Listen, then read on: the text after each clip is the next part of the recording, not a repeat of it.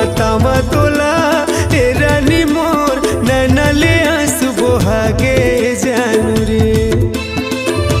पैसल प्यार माने मोला तह बैरी जाने, पैसल प्यार माने मोला तह बैरी जाने। धोखा दे धोखा पावे पाछू जाके ते पछतावे, दिल के मुर्गल अपना है। का बतावा तोला ए रानी मोर नैना ले आंसू बोहागे जानू रे। कैसे कहा तोला ए रानी मोर नैना ले आंसू बोहागे जानू रे।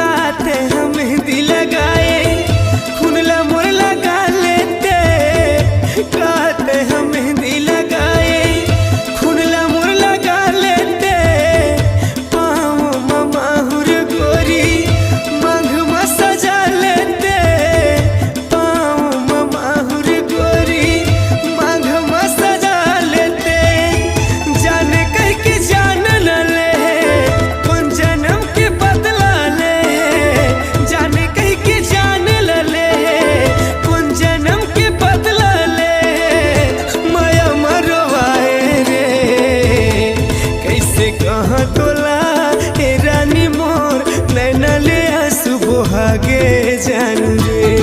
का बतावा तोला ए रानी मोर नैना ले आंसू बोहागे जानू रे।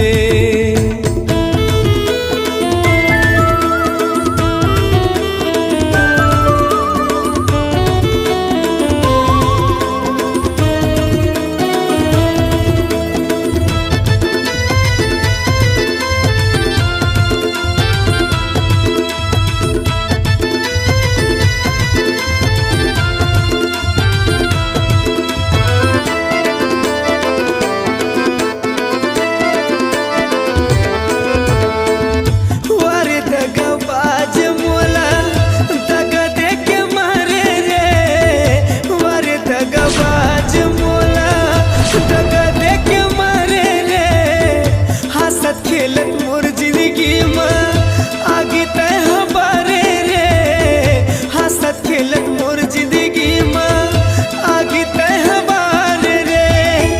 माया मोला रोए हृदय में छुरी चलाए, माया मोला रोए हृदय में छुरी चलाए। कबर तड़ पाए रे कैसे कहा तोला ए रानी मोर नैना ले आंसू बोहागे जानू रे। का बतावा तोला ए रानी मोर नैना ले आंसू बोहागे जानू रे। पैसल प्यार माने मोला तह बैरी जाने, पैसल प्यार माने मोला तह बैरी जाने। धोखा दे धोखा पावे पाछू जाके ते पछतावे, दिल के मुर्गल अपना है। कैसे कहा तोला ए रानी मोर नैना ले आंसू बोहागे जानू रे। पैसल प्यार माने मोला तह बैरी जाने, पैसल प्यार माने मोला तह बैरी जाने। धोखा दे धोखा पावे पाछू जाके ते पछतावे, दिल के मुर्गल अपना है। कैसे कहा तोला ए रानी मोर नैना ले आंसू बोहागे जा।